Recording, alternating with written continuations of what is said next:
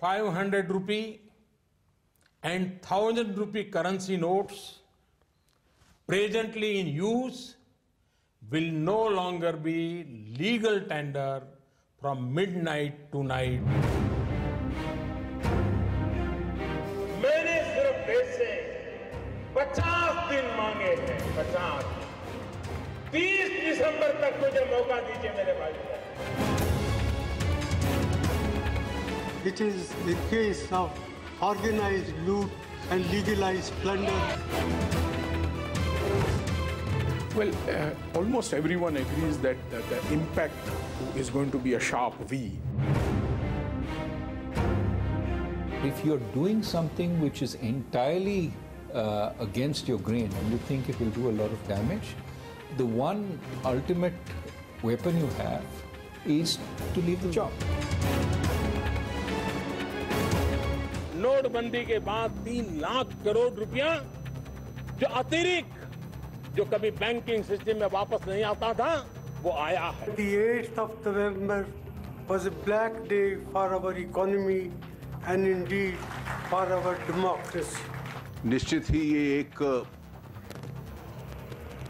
Watershed movement जिसे कहते हैं भारतीय अर्थव्यवस्था के लिए था। The status quo had to be broken. That's Finance Minister Arun Jaitley on the eve of the one-year anniversary of the government's decision to demonetize 500 and 1,000 rupee notes. But has the shock therapy worked? Good evening. Thanks very much for joining us on our special coverage here on CNBC-TV18. I'm Shereen Bhan. 365 days after the note ban, data clearly shows that the decision has in fact been a boon for the digital economy. Credit and debit card transactions have more than doubled from FY16 at 3 lakh crores, FY17 6.6 lakh crore rupees. The government's Unified Payment Interface or UPI, which saw just a measly 0.3 million in November of 2016 before demonetization, as of the last month, the UPI saw 67.8 million transactions. Data also shows that mobile phones have well and truly become a successful vehicle to transact money. Since demonetization, mobile phone transactions have seen a 61% jump from 70 million transactions in November of 2016 to 116.7 million transactions last month. But critics argue that going cashless was not the stated aim of the Prime Minister when he made his speech on the 8th of November last year. Now, the word black money was mentioned 18 times by the Prime Minister, and fake or counterfeit currency was mentioned 5 times in the speech. And there was no mention of the words cashless or digital. But in a speech then, 20 days after the demonetization decision, there was a drastic change in the choice of words used by the Prime Minister. The words digital and cashless were used thrice as much as the words black money, and there was no mention of the words fake or counterfeit currency. Not just that, the Attorney General Mukul Rohtkey told the Supreme Court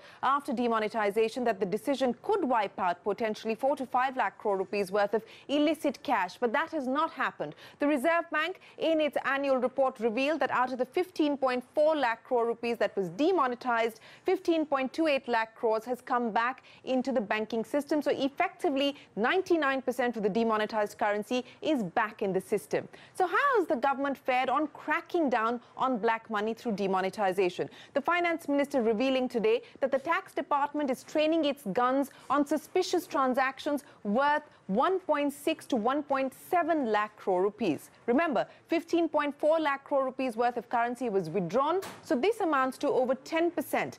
And all this is still suspicious transactions, so the government has not necessarily recovered that amount just yet. But what about fake currency? The RBI's annual report showed that there was over 7 lakh counterfeit currency in the system. This was a 20% increase over FY16. However, according to the Reserve Bank's own data, counterfeit currency in the 500 and 1,000 rupee notes was just a drop in the ocean. Only 0.0007% of the 1,000 rupee notes were fake, and 0.002% of the 500 rupee notes were found to be fake. And overall, just 0.0013% was found to be counterfeit or fake money in the demonetized 500 and 1,000 rupee notes. The note ban exercise did have a significant impact on GDP growth. India did lose its status as the world's fastest growing economy, not necessarily only because of demonetization, but also because of demonetization. Growth has dropped from 8% in FY16 down to 7.1% in FY17, and for this financial year, the Reserve Bank expects the rate to drop to 6.7%. That, in a nutshell, is the 1 year of demonetization. But as one has learnt to argue that unlike politics, where things are seen as black and white, when it comes to economy, things have to be seen in a much more nuanced way. So are the costs of the demonetization exercise behind us? What about the benefits? Are we starting to see the benefits of demonetization? To discuss all of this further, President of the Rajasthan Congress, Sachin, TMC MLA and spokesperson Mahua Moitra, BJP spokesperson Syed, Zafar Islam, and the editor-in-chief of the print, Shekhar, Gupta. Thanks very much for joining us on the show. Before we begin this discussion, here's the war of words between former Prime Minister Manmohan Singh and Finance Minister Arun Jaitley that erupted earlier today. The 8th of November was a black day for our economy and indeed for our democracy. निश्चित ही ये एक watershed movement जिसे कहते हैं भारतीय अर्थव्यवस्था के लिए था. Demonetization has proved to be mere bluster to reap political dividends while the real offenders have escaped. I repeat, as I stated in Parliament, this was organized loot and legalized plunder. An anti-black money drive is an ethical drive. An anti-black money step is a moral step. लूट तो वो होती है जो 2G में हुई. None of the stated objectives of eliminating black money, terror financing, and counterfeit currency have been met. एक तर्क ये कि लोगों ने सारा पैसा बैंक में डिपॉजिट कर दिया, वो तो अच्छा हुआ डिपॉजिट किया. Cash is laundered in the system. जब वो बैंक में आता है तो उसकी मालकियत किसकी है, ओनरशिप किसकी है, पता चल जाती है. All right, that's the war of words between the Finance Minister and the former Prime Minister Manmohan Singh. Zafar Islam, let me come to you and pick up on the points that the former Prime Minister has made there. I think there is an acceptance now that when it comes to growth, there is absolutely no argument that demonetization has cost the economy. One can quibble about the numbers, but if you go by what independent analysts are saying, including the member of the Prime Minister's Economic Advisory Council, Surjit Bhalla, JP Morgan, etc., the impact is to the tune of about 0.8% to 0.1%. So at least now, does the government acknowledge the fact that there was an impact on growth on account of demonetization? Shereen, the Honorable Mr. Yes. Manmohan Singh, the former Prime Minister, when he speaks as an economist, we all value whatever statement he is making, because he is speaking as an economist. But when he speaks as a political person, as a former Prime Minister and a responsible Congress leader, then definitely he compromised with his own credentials and credibility as an economist. Because he has stated on the floor of the Parliament that there will be 200 percentage points, the GDP will come off. It has not happened. You know the fact that all the analysts on the street have projected at that point of time that because of demonetization, GDP will come off maybe by 50 basis point to 80 basis point, but none of them had projected that it will come up by 200 basis point, because he was speaking not as an economist, but as a Congress spokesperson. But away from that. Zafar Islam, just one second. I'm not quoting to you what the former Prime Minister is saying. I'm quoting to you what independent analysts are saying. I'm quoting to you a member of your own Prime Minister's Economic Advisory Council, all saying that that demonetization has hurt growth. It's not the only factor that's hurt growth, but it has contributed to exacerbating the deceleration that we've seen on growth, anywhere to the tune between 0.8% and 0.1%. So forget the calculation of Prime Minister Manmohan Singh. Is that an acknowledgement that demonetization did cost growth? See, short term, yes, it has impacted, and marginally it has impacted the growth because it was a sudden move. It was a drive against black money. In one stroke of pen, the Honorable Prime Minister has achieved many objectives for the government, which no other Prime Minister has ever had the courage to take this decision. So you have to weigh in the advantages of demonetization and the disadvantage. Disadvantage is none, because it's, barring that short term, you can see some drop in GDP growth, but long term you have only the positives, and which we can count in the number of positives out of the demonetization exercise which the government of India had taken. So let me, before I get the other panelists, Zafar Islam, before I get the other panelists in, and I just want to very clearly get from you what you believe are the long-term benefits of the demonetization exercise. You said there is absolutely no downside to it, which I'm sure the other panelists will argue about. But just highlight for us what you believe are the key positives, at least for the course of this discussion. Well, if you see that, as the Honorable Finance Minister has stated, the anonymity of the cash which is being laundered in the system has come to an end, and that money has come back to the banking system, and that money can be used for the productive growth. And it is very evident from the way that the government of India is not in. If you see in isolation demonetization, you will only see negative, but you have to see the number of measures the government of India has taken over a period of time.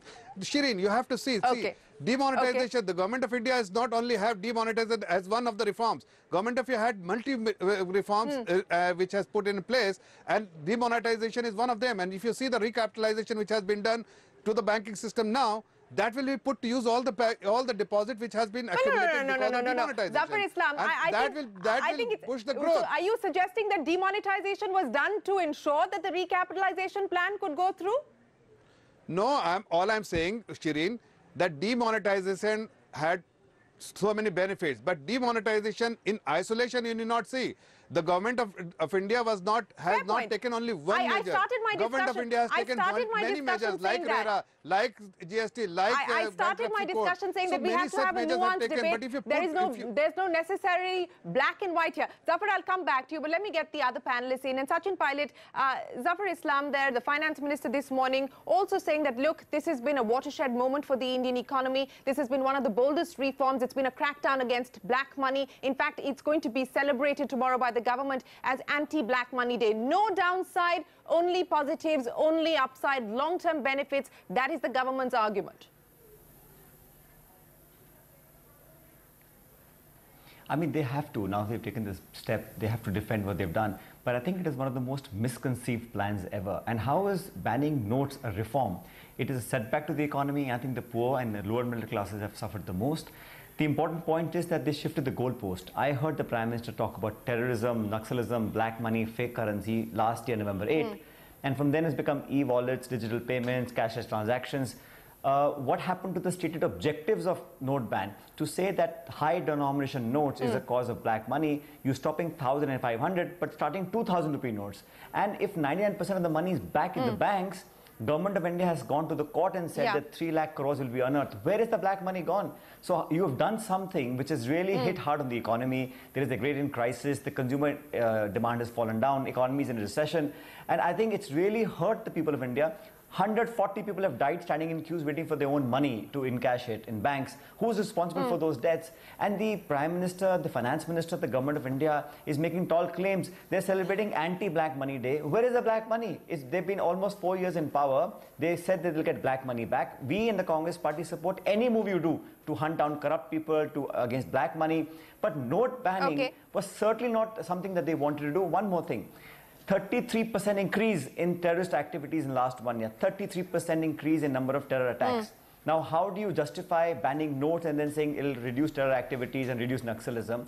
So Government of India, I think, has done something really, really horrible to the economy. It's going to have long-term negative impacts. But in the meantime, the last 1 year, they have nothing to show for it. Why would you do something so dramatic and claim victory when all the numbers indicate it's been wrong, the industry is back, the economy is pushing back, and there's no black money on earth? Since you raised some specific issues, Sachin, let me put to you the government's point of view. Today, the finance minister saying that, look, cash seizure by the income tax department has more than doubled in 2016-17 against 2015-16. During the seizures, 15,497 crores of undisclosed income has been admitted, which is a gain of about 38% year-on-year. Tax compliance, the finance minister says, has gone up. Self-assessment tax paid by non-corporate taxpayers is up 34% from April 1 in 2017. So the government's argument is that this has been an exercise towards cleaning up, it's been an exercise towards formalization, it's been an exercise towards transparency, and we've achieved that. Shereen, I want to make just 2 points, and please hear me out. The undisclosed income discovered till September 17 was 29,000 crores. In the previous year, 2013-14, 1,01,000 crores of undisclosed income was detected. And by the way, the tax compliance is 25% this year. It is 27% last year. So please let not the government tout about these numbers. And you talked about the digital payment transactions going up. The RBI numbers state that the digital transaction numbers are back to the pre-demonetization date. So those numbers have fallen down as well. So they're not back to the pre-demonetization. There has been a stagnation, Sachin, but it's not back to pre-demonetization. There has been a stagnation after peaking, but it's not back. It's not back to pre-demonetization. But that's not that. They didn't say we're demonetizing because of digital transactions. It was about terrorism, corruption, Naxalism, and fake currency. All those four objectives are nowhere to be seen. Okay, Mahua, Moitra, let me come to you now, because the TMC has been vociferously against the demonetization exercise. In fact, now you're vociferously against the GST as well, calling it the great selfish tax after being the biggest supporters of the goods and services tax. But Mahua, as I pointed out, the government's argument is that this shock was needed, this was shock therapy that the Indian economy needed, and we're now moving towards a cleaner, much more formal economy.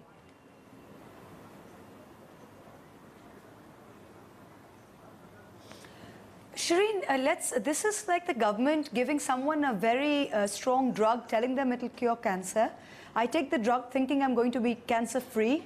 I go through all these terrible side effects. My hair falls out, my nails fall out, and then I'm not cured. And the government comes and says, you know what, but your skin is glowing. It's exactly the same thing. The Prime Minister, you heard him, the entire country heard him, came out and said this is a drive against black money. You yourself are mentioning it. We pointed out on November 8th, 2016, that cash only made up 6% of black money in the system. The rest was abroad, the rest was in real estate and in other forms of assets. So until you're fighting all of that, fighting cash liquidity in the system is only something for the poor. Because, for example, when you're talking about digital transactions, you're talking about banking, please remember about 139,000 bank branches in India.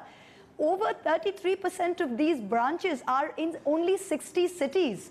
So you've got an informal economy where 90% of Indian employment is in the informal economy. 40% of India's GDP is in the informal economy, and you've come in and stopped cash. So what's your answer? You said black money, you've got nothing there because all the money's come back into the system. You talked about terror financing. I remember the Prime Minister. If you look at the 10 months before November the 8th and the 10 months after, we've had 38% increase of terrorist incidents in Jammu and Kashmir. Civilian deaths have climbed 2,500%. In the LWE Naxal areas, the number of personnel killed after demonetization rose by 82%. If you're looking at tax base, this is all coming after. They're talking about digital payments, they're talking about tax base. You did not need to demonetize to increase the tax base. You're saying the narrative changed. Germany mopped up an additional 19 billion in taxes. The narrative changed, and you don't. You're saying the narrative changed. They did by increasing the tax base. Tell me something. Did you need to stop? The narrative changed, and also the new goalpost that they've set. Neither of them needed to have been met by demonetization. Germany increased its tax base by 19 billion euros in 2012 by hiring 113,000 extra tax inspectors. Sure. All right. So your argument is that we didn't need to go through the pain of demonetization to improve tax compliance. Got your point.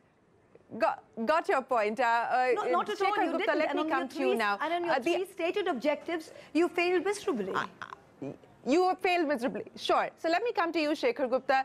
The opposition's argument is that on the stated objectives of the government, they have failed miserably, that they kept changing the goalposts through the course of the period when the demonetization was announced. But let's again get back to looking at the arguments that the government is presenting and whether we, there's the other side of the story as well. Let's look at what's happened as far as outstanding cash in the economy is concerned, because some economists would argue that that is an area where most progress has been made, and some would argue that actually if that hasn't been replaced by formalization of credit, then you've actually done away with working capital for the informal sector. Let's look at the numbers. 17.5 lakh crore rupees, that was the currency in circulation before demonetization. We're now down to about 16 lakh crore rupees, so there's a 20% reduction in the cash in circulation. This, the government believes, is a big positive because there is a cost to the exchequer on handling cash in the economy. The flip side, as I pointed out, this was a conversation that we had with Pranab Sen, the former CSO, that if this has not been replaced, the cash hasn't been replaced by access to formal credit, then the informal sector will continue to face the constraints of inadequate working capital. How do you see this claim? Well, I'm not an economist, so tough for me to go into all this, but I can say generally that there is no doubt that economically demonetization has brought no benefit. It has caused definitely short-term disaster for many poor people, lower middle class people, small and medium and micro enterprises, traders. It's an economic disaster. In fact, I can now say regrettably it's interesting, Shekhar, that the politicians on this panel didn't say disaster. It's a journalist who's using that word. So it's an interesting panel to start with. Well, Go ahead, Shekhar. Let me complete what I'm saying. I'm saying that I had said even initially that it will be economically a disaster in the sense that it will meet no objectives, because this was Jadoo economics or Voodoo economics. But I had then said this is a political masterstroke. And it has proved to be a political masterstroke, because even now, when you argue with BJP people, in fact, they say, but see, what are you talking about? Look at UP. People of UP, Rahul Gandhi made demonetization a big issue in UP, and see the ringing mandate we got in UP. So it's absolutely correct. This was a shock and awe economic decision to convince voters, particularly poor voters, that there was a prime minister who was courageous, who was risk-taking. He was in complete contrast from the one who was too cautious and too silent before him. And he was doing it all to fight black money, whatever the consequences. And he got rewarded for it politically. But economically, history of mankind tells you that such a thing does not lead to any magic, and it hasn't led to any magic. I mean, and I'm not an economist, as I said earlier, but even the fact that this money has come in the bank means nothing, because banks, since there's nobody borrowing this money from the banks, this money is not that money that banks or the government can use for development. This money is a borrowing with the banks from depositors. Banks have to pay interest on this, for heaven's sake. So to think that this money has now come in, this is not capital. In fact, this money has added to the stress that the banks have. That's a valid point, and I'll take that across to Zafar.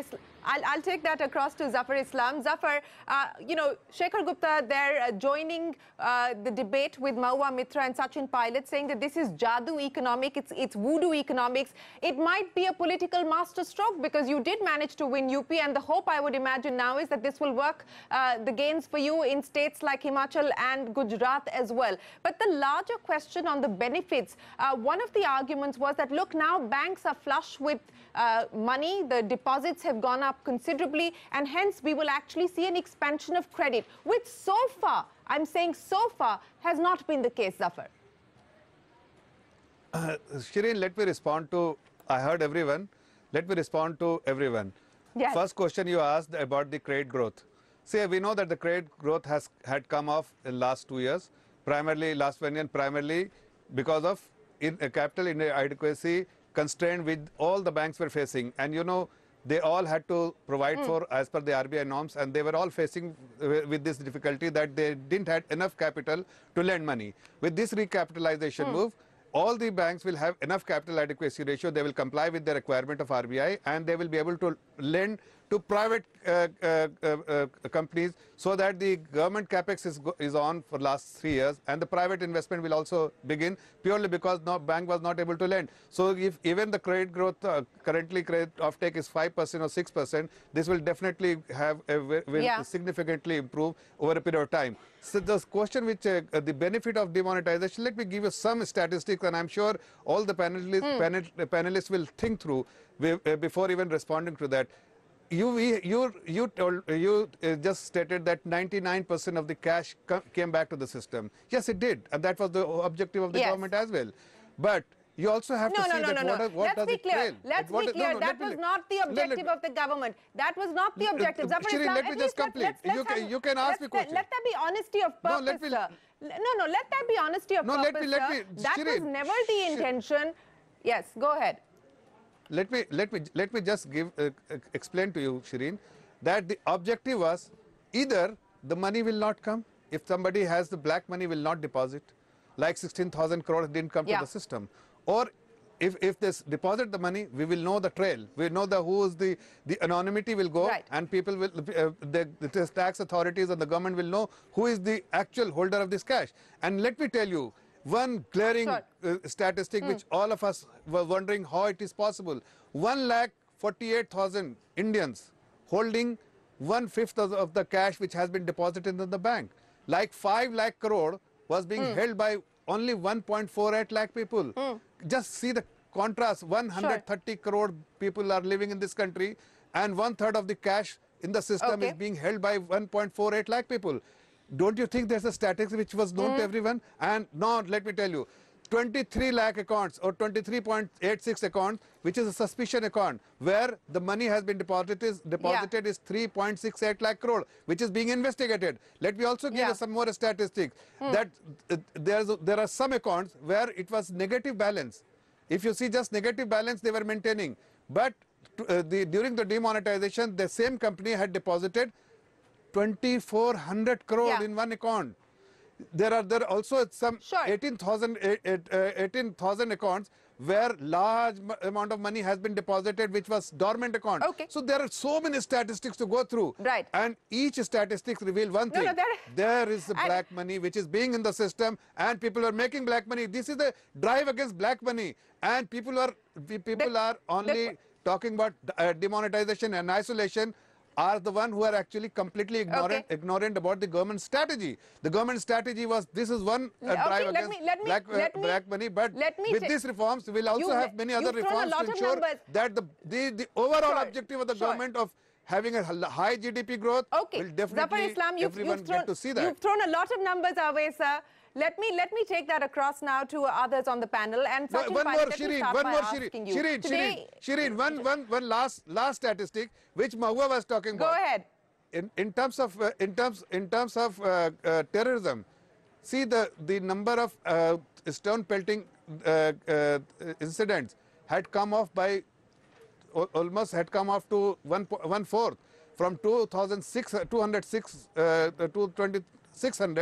to 500 or 600 incident. Likewise, Naxalism, the incident of Naxal terror has come up by 22%. So there is a direct benefit of this, that we wanted to curb Naxalism, terrorism. We wanted to give push to digitization. Zafar, we wanted to ensure that many objectives from one stroke of pen, which we have achieved. You've made your point, sir. You have made your point. Let me take that across now to Mahua as well as Sachin Pilot. Sachin, respond to the argument there being presented by the government, saying that don't look at this as one measure in isolation. This is a measure to weed out corruption from the system. Fine, the money is back, but now we will know who the real owner is. We'll be able to ascertain that. 1.8 million people were found to have made unusual deposits during demonetization, so we're going to go after that. There has been a crackdown on shell companies, directors on shell companies. 4.5 lakh directors may face the axe. So this is a reform and a series of reforms is how the government is looking at it, and not just a step in isolation.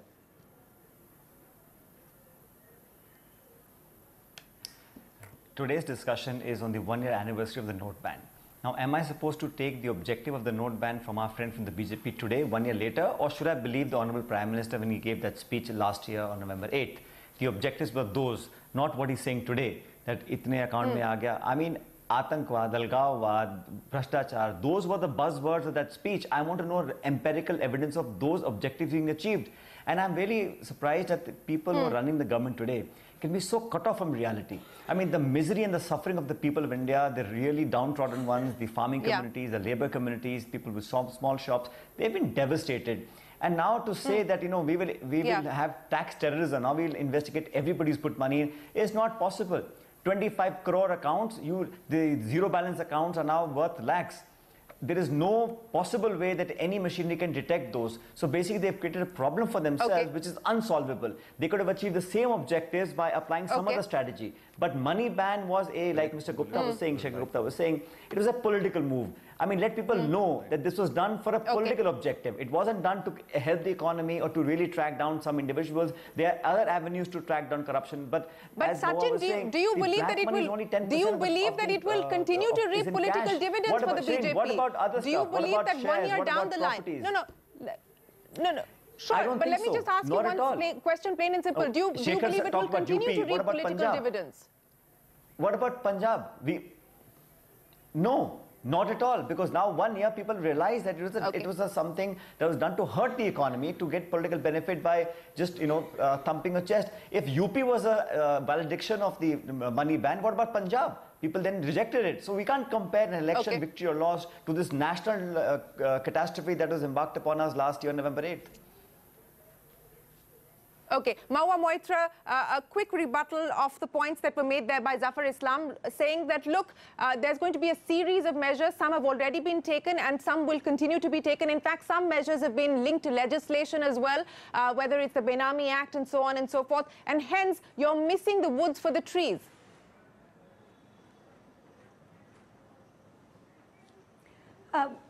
Shereen, I think it's laughable that every time we're on a panel with a BJP spokesperson, it's like they get talking points for the day, and every day they discovered something new about demonetization that they want to peddle to the country. So it's really getting to a point of, you know, ludicrousness. I'll come to a couple of points. He points out, I'm giving you numbers, hard numbers on the number of terrorist incidents going up by 38%, when one of the stated objectives was reduction in terrorism. He's talking about stone pelting. Stone pelting was done largely by the population of Jammu and Kashmir, not by paid terrorists. Largely, right? So I don't even think it's relevant. That's the first. The second thing he's talking about, he says you've got 24 lakh people have been investigated. The IT department in this country's conviction rate is lower than 5 to 6%. Agricultural income in this country is not taxed. We are the land of jugaad. Every rich person has got someone, 2 people working in their house. They have given them 30,000 rupees each and said, Bhaiya, put it in your account. That person as a farmer has gone and put it 30,000 in each of their accounts, in a Jan Dhan account, be it may. Are you going to investigate 24 lakh Jan Dhan account of agricultural income earners and ask them where you've got the money when they're legally not in the tax net? Does this make any sense to anyone apart from BJP spokespersons? I mean, what are we talking about here? This got to a point of ludicrousness. Okay. Several questions being raised there, but Shekhar Gupta, let me come back to you, and maybe you want to respond to some of the comments that have come in from our panelists. But I also want to ask you, Shekhar, you said that this was voodoo economics, jadoo economics, but politically it reaped the dividends. The question that I just asked Sachin Pilot, do you believe that the political capital that the government enjoyed on account of the demonetization exercise, has that been spent, or do you believe that that can take them forward in the state elections? Well, nothing. All capital either grows or declines. I do not believe that this capital has grown. It has declined, but not so much as to become ineffectual. I think a lot of it is still intact, also because the government has built the image of doing a lot of things against black money. Now, some of that I think is noise, some of that is propaganda, but the government has also done several things against black money and corruption. It has also run a central government where we haven't as yet seen any evidence of any big ticket corruption. So those are the pluses, and ordinary voters see those as one. They see all those to mean that the government means well. The government has also had completed some ongoing reforms. For example, the passing of the bankruptcy law, and then enforcing that bankruptcy law. And I think it's quite evident now that banks are not getting phone calls from friendly politicians and bureaucrats in the finance ministry or any other ministry to say, bhai, isko chhod dena, usko zyada de dena, evergreen so and so, or go after so and so.